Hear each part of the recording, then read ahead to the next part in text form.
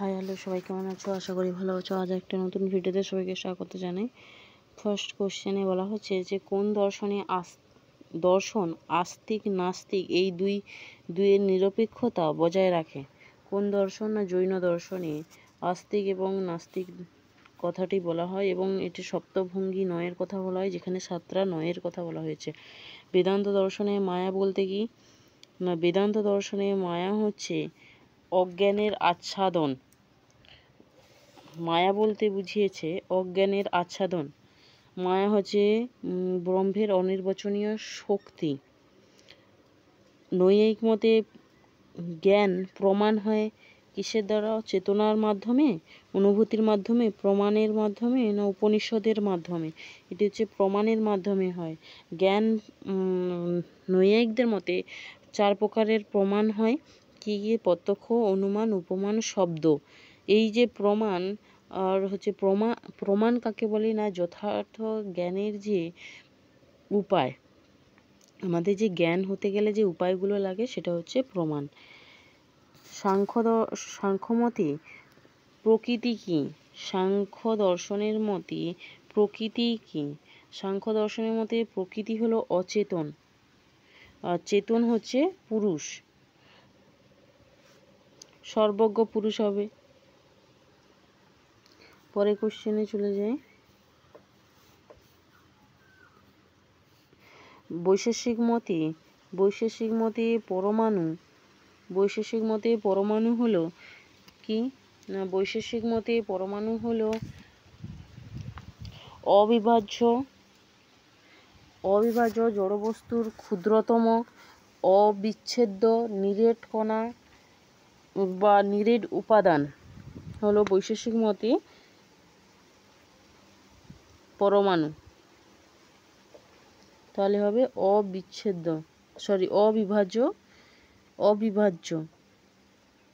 অবিচ্ছেদ্যও হয়, অবিচ্ছেদ্য অবিভাজ্য নিরেট উপাদান বা কণা এবং হচ্ছে জড়বস্তুর ক্ষুদ্রতম কণা হচ্ছে পরমাণু। যোগ দর্শনের মূল উদ্দেশ্য কি? যোগ দর্শনে চিত্তবৃত্তি নিরোধ হচ্ছে যোগ দর্শনের মূল উদ্দেশ্য। নিম্নলিখিত কোনটি চার্বাক দর্শনের বৈশিষ্ট্য? চার্বাক দর্শনের বৈশিষ্ট্য হলো প্রত্যক্ষই একমাত্র প্রমাণ বা প্রত্যক্ষ প্রমাণ গ্রহণ। মন্ত্র জপকে স্বীকার করে না, ঈশ্বরের অস্তিত্বে স্বীকার করে না, পরলোককে স্বীকার করে না। মীমাংসা মতে ধর্মের উৎস কি? মীমাংসা মতে ধর্মের উৎস হচ্ছে বেদ, কারণ ওরা হচ্ছে বেদের প্রামাণ্যকে বেশি করে স্বীকার করে। আচ্ছা, তারপরে আছে কি না, ন্যায় দর্শনে কোটিসত্য তত্ত্বের ব্যবহার কোথায় হয়? ন্যায় দর্শনে কোটিসত্ত্বের যে ব্যবহার যুক্তিক্ষেত্রে, স্পষ্ট উপলব্ধিতে, অনির্বচনীয় বস্তুতে, অভিজ্ঞতালব্ধ সিদ্ধান্তে। এটা সঠিক উত্তর হচ্ছে অনির্বচনীয় বস্তুতে। পরার্থ সত্য ও সম্বিত্তি সত্য কোন দর্শনের ধারণা? এলো বৌদ্ধ দর্শনের ধারণা। অহং ব্রহ্মাস্মি এই বচনের মূল তাৎপর্য কি? না আত্মাই হচ্ছে ব্রহ্ম, না হচ্ছে আত্মা এবং ঈশ্বর ভিন্ন, আত্মা স্বনির্ভর, আত্মা জড় বস্তু। এটা সত্য হচ্ছে আত্মাই হচ্ছে ব্রহ্ম। অহং ব্রহ্মাস্মি কথার অর্থ হচ্ছে আত্মা এবং ঈশ্বর হচ্ছে ভিন্ন, না এটা হবে না, আত্মা এবং আত্মাই হচ্ছে ব্রহ্ম।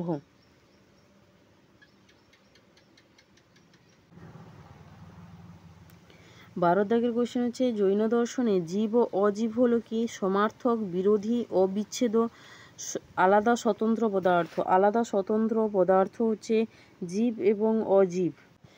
জীব 2 ধরনের, কি কি? ত্রস এবং বদ্ধ, মুক্ত এবং বদ্ধ।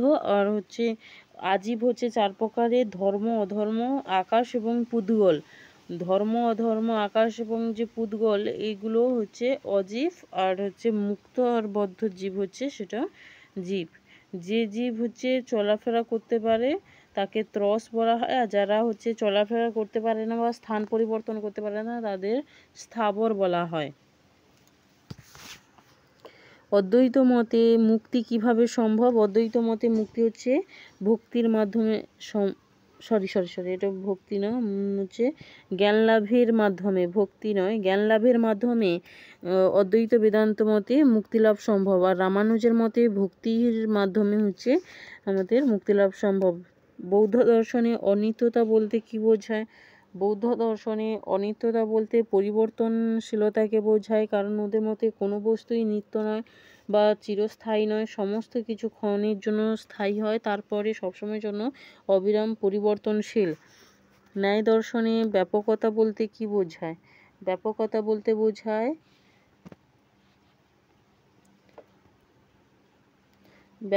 বলতে বোঝায় যে একটি বস্তুতে অন্যটির অস্তিত্ব, না সকল বস্তু একই, অবাস্তব, সব জ্ঞান মিথ্যা। এর সঠিক উত্তর হচ্ছে একটি বস্তুতে অন্যটির অস্তিত্ব, সেখান থেকেই ব্যাপকতা নির্ণয় করা যায়। নৈতিক সিদ্ধান্তের অবজেক্ট বা অবজেক্ট অফ মোরাল জাজমেন্ট কি? এটা হবে কর্ম, কারণ কর্মের মাধ্যমে, ঐচ্ছিক কর্ম, যে কর্মের মাধ্যমেই আমরা নৈতিক বিচার করে থাকি। নিচের কোনটি প্র্যাকটিক্যাল এথিক্সের উদাহরণ নয়? বিনা স্বার্থে প্রেম, যুক্তির ব্যবহার, পুণ্যকর্ম, ইউথেনেসিয়া। এটার সঠিক উত্তর হচ্ছে, এটি হচ্ছে মানে কোনটা উদাহরণ হচ্ছে ইউথেনেসিয়া, আর বাকি তিনটে হচ্ছে প্র্যাকটিক্যাল এথিক্সের মধ্যে যায় না। ইগোস্টিক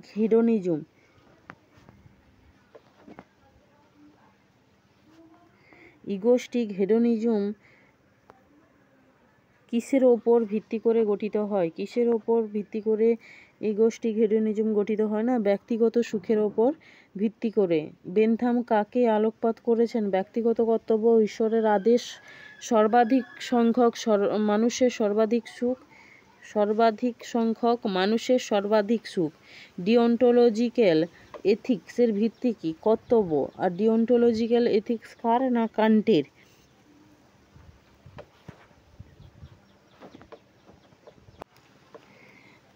রুল ইউটিলিটেরিয়ানিজম, অর্থাৎ যে রুল বলতে নিয়ম উপযোগবাদ অনুযায়ী নৈতিকতা নির্ধারিত হয় কিসের মাধ্যমে? না নিয়মের মাধ্যমে নৈতিকতা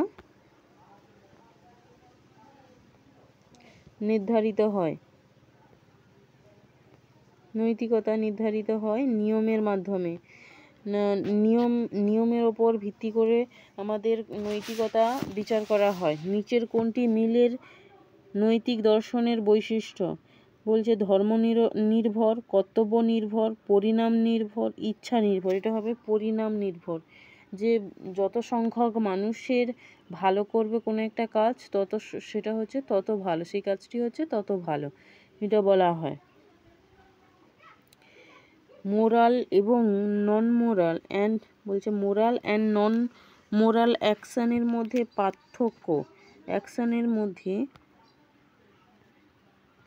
পার্থক্য। এটা হচ্ছে জ্ঞান, অজ্ঞান, কাজ ও কর্মফল, ইচ্ছাকৃত ও অনিচ্ছাকৃত আচরণ। এটা হচ্ছে ইচ্ছাকৃত ও অনিচ্ছাকৃত আচরণ হচ্ছে মোরাল, এবং যেটা নৈতিক। আর নন মোরাল কথার অর্থ হচ্ছে অনৈতিক। পস্টুলেটাস অফ মোরালিটি বলতে কি বোঝায়? এখানে প্রাচীন নীতি নিয়ম, না ধর্মীয় অনুশাসন, নৈতিকতার জন্য অপরিহার্য অনুমান, আইনগত বিধান। এটা সঠিক উত্তর হচ্ছে নৈতিকতার জন্য অপরিহার্য অনুমান, যেটাকে নৈতিকতার স্বীকার্যও বলা হয়, নৈতিক বিচারের স্বীকার্য। কিলিং এলিমেন্টস এই ধরনের নৈতিক সমস্যা হিসেবে, কোন ধরনের সমস্যা এটা নৈতিক সমস্যা হিসেবে বিবেচিত হয়? এটা হচ্ছে প্রায়োগিক বা প্র্যাকটিক্যাল এথিক্সের পার্ট। কিলিং হত্যা বলতে প্রাণী হত্যা ব্যবহারিক নীতিবিদ্যার অংশ। প্লেটোর মতে জ্ঞান কি? না প্লেটোর মতে জ্ঞান হচ্ছে প্রকৃতি থেকে উদ্ভূত, না ইন্দ্রিয় নির্ভর মতামত, না সঠিক মত যুক্তিযুক্ত ব্যাখ্যার মাধ্যমে। এটার সঠিক উত্তর হবে না সঠিক মত যুক্তিযুক্ত ব্যাখ্যার মাধ্যমে, প্লেটোর মতে আমাদের জ্ঞান প্রাপ্তি ঘটে। প্লেটোর রূপতত্ত্ব অনুযায়ী ফর্ম বা আকার হলো কি বস্তুগত বাস্তবতা, চেতনার বিভ্রম, না শাশ্বত ও পরিবর্তনহীন বাস্তবতা, ঈশ্বরের প্রতিছবি। এটা হলো শাশ্বত পরিবর্তনহীন বাস্তবতা, যেটা অতীন্দ্রিয়, নিত্য, শাশ্বত, অপরিবর্তনীয়। এগুলো প্লেটোর মতে কারণের সংখ্যা কত? প্লেটোর মতে কারণ হচ্ছে চার প্রকারের কারণ। কি? ফার্স্ট হচ্ছে উপাদান, আকার, নিমিত্ত আর পরিণতি।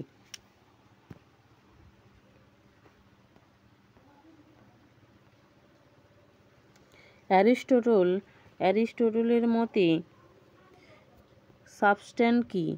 অ্যারিস্টটলের মতে সাবস্টেন্স ব্যাখ্যা করো। না রূপ ও বস্তুর উভয়ের সমন্বয় হিসাবে, এটাই হবে রূপ। কথার অর্থ হচ্ছে আকার এবং উপাদানের সমন্বয়ে গঠিত হয় সাবস্টেন্স বা দ্রব্য।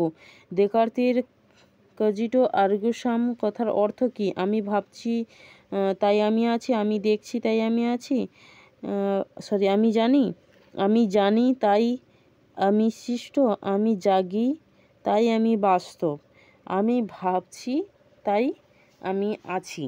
এটা হচ্ছে হবে। স্পিনোজার মতে দ্রব্য কি? স্পিনোজার মতে দ্রব্য অসংখ্য, দুটি ঈশ্বর ও প্রকৃতি, এক এবং নিজস্ব কারণ বিশিষ্ট। এটা হচ্ছে এক এবং নিজস্ব কারণ বিশিষ্ট হচ্ছে স্পিনোজার মতে সাবস্টেন্স বলে দ্রব্য সমান ঈশ্বর সমান প্রকৃতির কথা বলেছেন। দ্রব্য সম্পর্কে বলেছেন যে দ্রব্য হলো স্বনির্ভর এবং সবেদ্য, যে কোনো কিছুর ওপর নির্ভর করে না এবং কোনো কিছুর ওপর যেমন নির্ভর করে না, কোনো কিছুকে তাকে বিভক্ত বা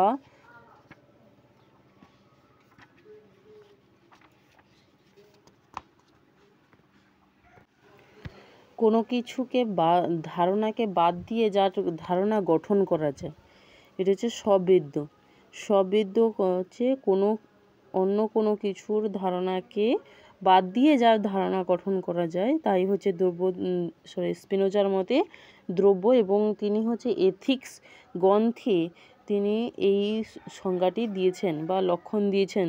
দ্রব্য হচ্ছে স্বনির্ভর, স্বয়ং সত্তাবান, এটা বলেছেন। কোন গ্রন্থে? না এথিক্স গ্রন্থে।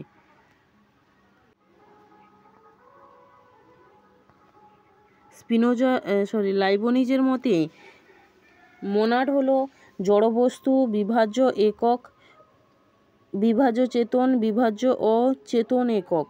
না বিভাজ্য ও চেতন একক। মোনাড হচ্ছে গবাক্ষহীন।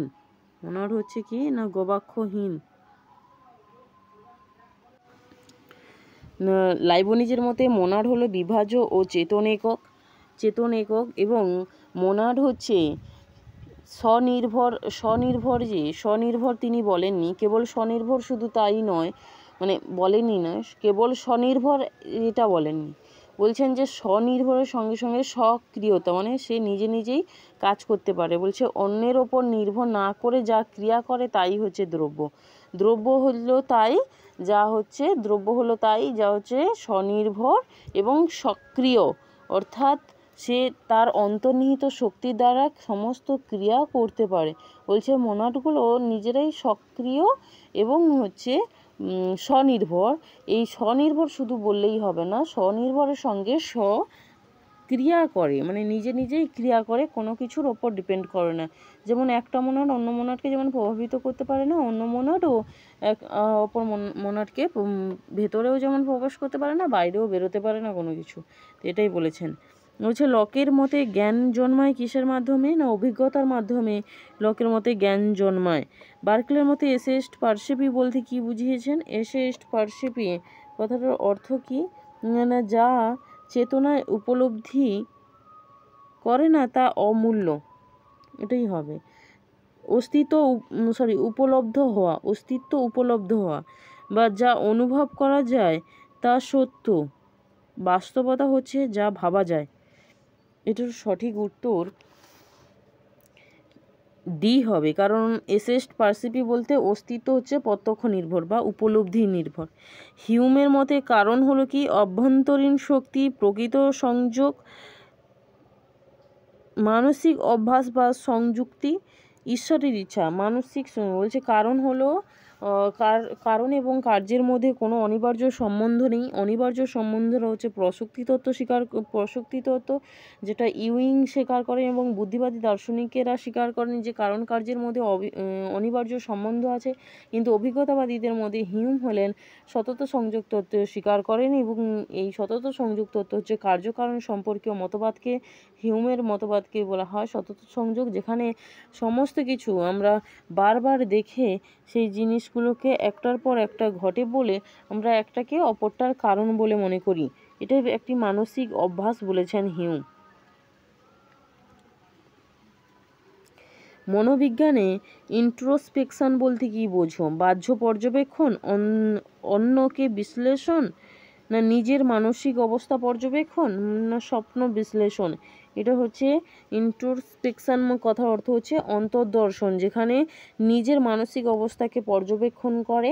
এই যে অন্তর্দর্শন, এই অন্তর্দর্শনই হচ্ছে সবথেকে মনোবিদ্যার হচ্ছে গুরুত্বপূর্ণ একটা পদ্ধতি। 3টি পদ্ধতির কথা বলেছেন মনোবিজ্ঞানে, সেটা কি না অন্তর্দর্শন, পর্যবেক্ষণ এবং পরীক্ষণ। আর অন্তর্দর্শন হচ্ছে সহজ এবং সরল, পয়সা খরচ হয় না, বা অর্থাৎ ব্যয় সাপেক্ষ, যেখানে পয়সা খরচ কম হয়। ওয়েভ আর ফেকনারের সূত্রের সঙ্গে সম্পর্কযুক্ত কি? বুদ্ধিমত্তা, স্মৃতি, না অনুভূতির তীব্রতা এবং চিন্তা? এটা সঠিক উত্তর হচ্ছে অনুভূতির তীব্রতা। অনুভূতির তীব্রতা বলতে সংবেদনের কথা বলা হয়, এটা সুপ্তভাবেই আছে সংবেদনের কথা। তো সংবেদন ওয়েভ এবং ফেকনারের সূত্রের কথা বলা হয়, যেখানে সূত্রটা হচ্ছে কি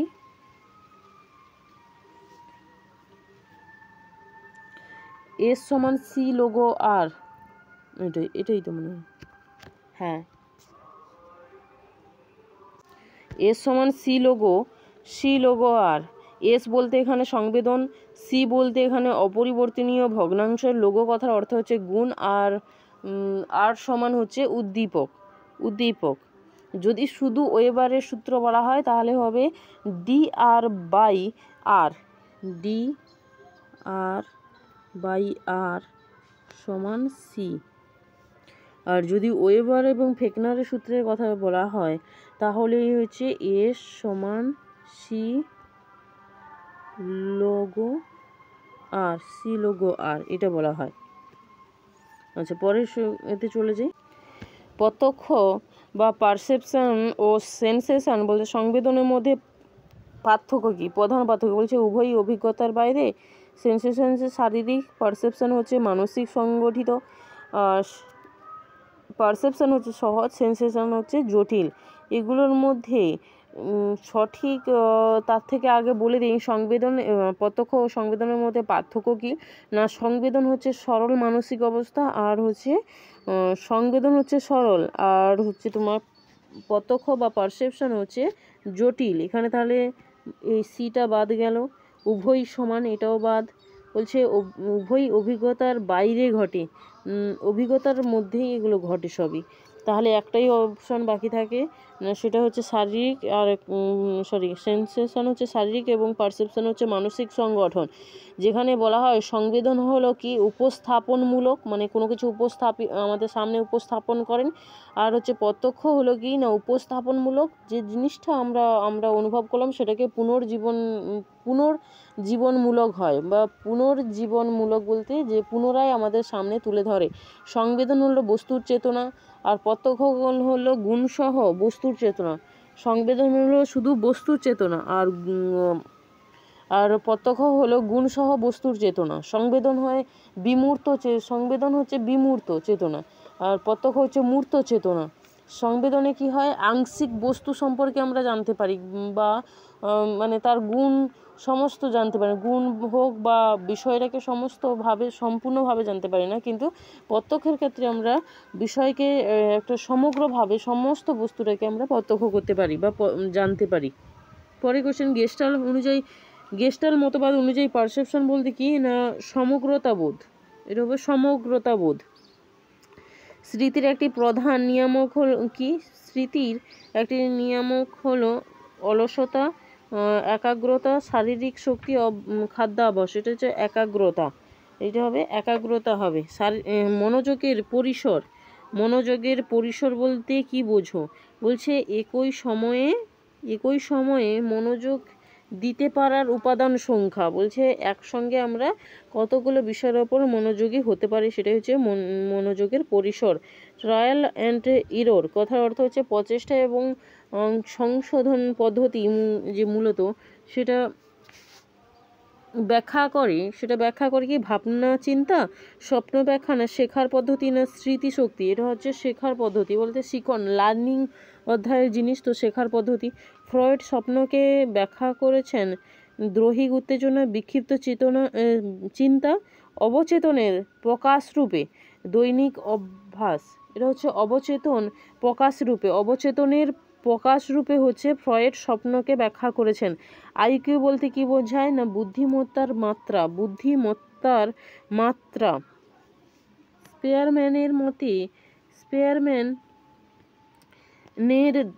টু ফ্যাক্টর থিওরি বর্ণনা করে দুটি স্তরের মনোযোগ।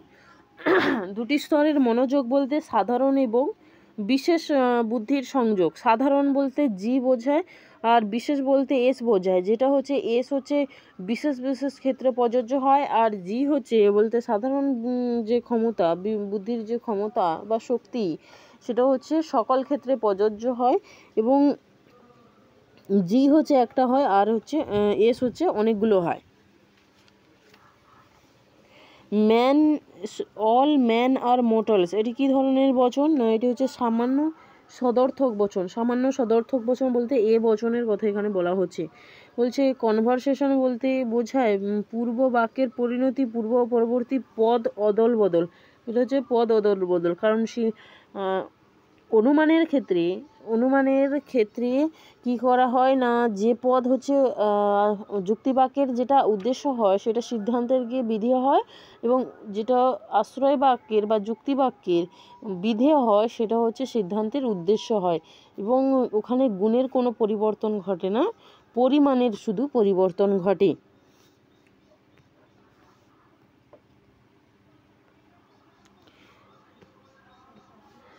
All cat are animals, some animals are wild, some some cats are wild। এটি কি ধরনের যুক্তি বলতে হবে? তো মানে সুতরাংয়ের পরের বাক্য সিদ্ধান্ত হচ্ছে সাম ক্যাটস আর উইড। তারপরে ক্যাটস যেহেতু পক্ষপদ, সেহেতু তার ঠিক সামনের পদটাতেও পক্ষপদকে আনতে হবে।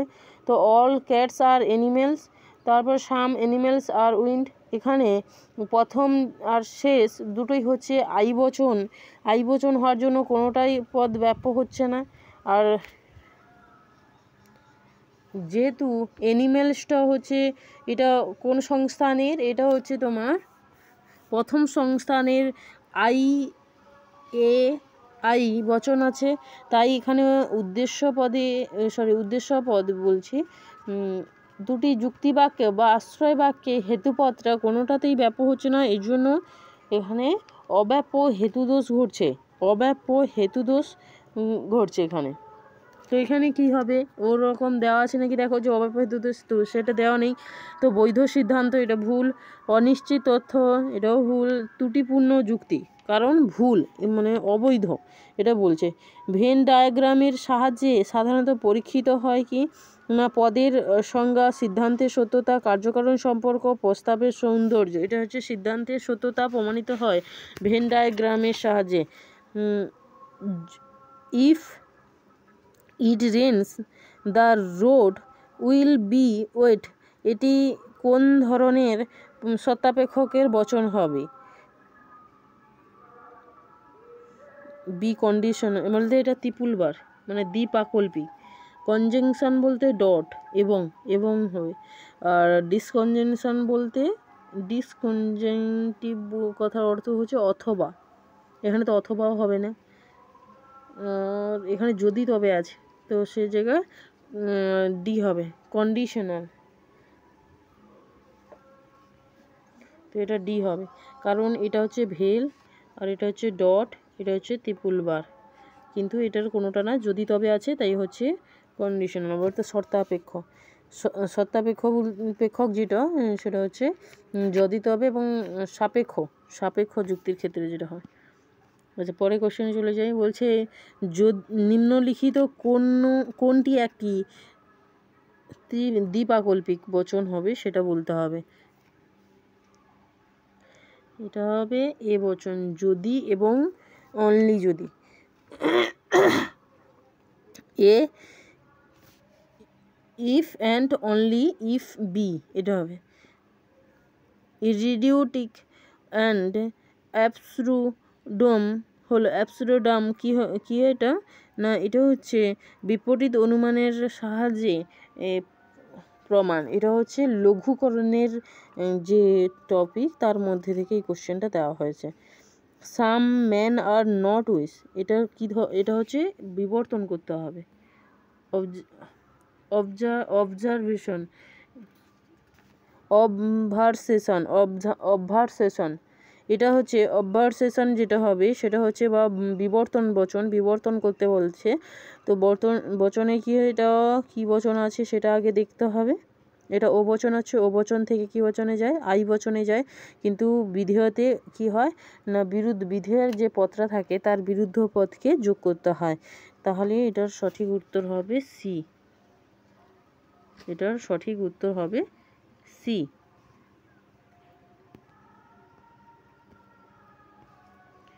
এটার সঠিক উত্তর সি।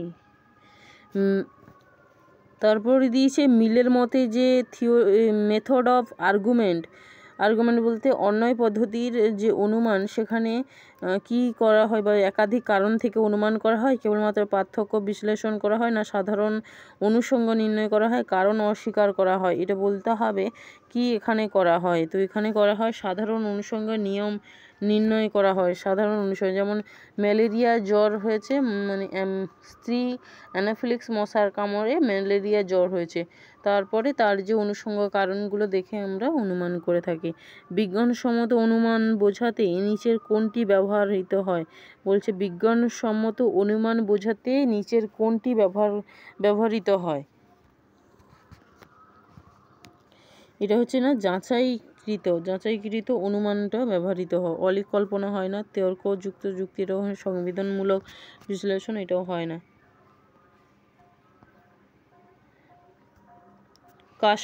কাস্টম যে এটা কি হয় না, এটা হচ্ছে প্রথাতে কি হয়, সামাজিকভাবে প্রতিষ্ঠিত আচারবিধি হচ্ছে যেটাকে আমরা প্রথা বলে থাকি। পরে কোশ্চেনে চলে যাই।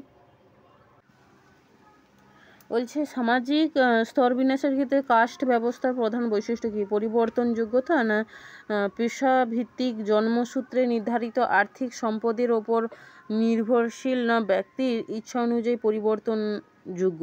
এটা হচ্ছে পেশাভিত্তিক। কাস্ট যেটা সেটা হচ্ছে নির্ধারিত হয় কি পেশাভিত্তিক এবং জন্মসূত্র নির্ধারিতভাবে হয়। মার্ক্সীয় দৃষ্টিভঙ্গি অনুসারে সামাজিক পরিবর্তনের প্রধান চালিকা শক্তি কি না শ্রেণী সংগ্রামের সাহায্যে আমাদের সামাজিক পরিবর্তনটা সম্ভব হয়।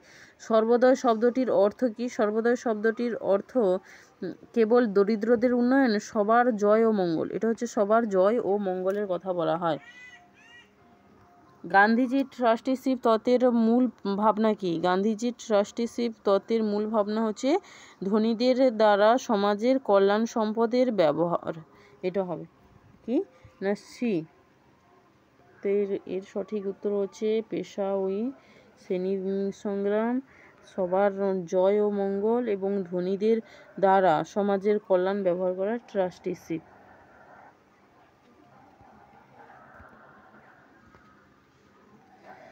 আজ এই পর্যন্ত।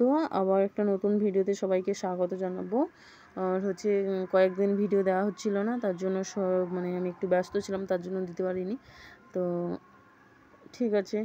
আর হচ্ছে আমার যে একটু আধটু যে জড়তা আছে সেটা ধীরে ধীরে কাটবে। তো একদম যে প্রেশারাইজ করলে হবে না, কারণ এটা আমরা একদম প্রপারলি যে ভীষণ এই জিনিসটাতে এক্সপার্ট এমন নয়। তো ধীরে ধীরে হবে। থ্যাংক ইউ এতক্ষণ আমার ভিডিওটা দেখার জন্য।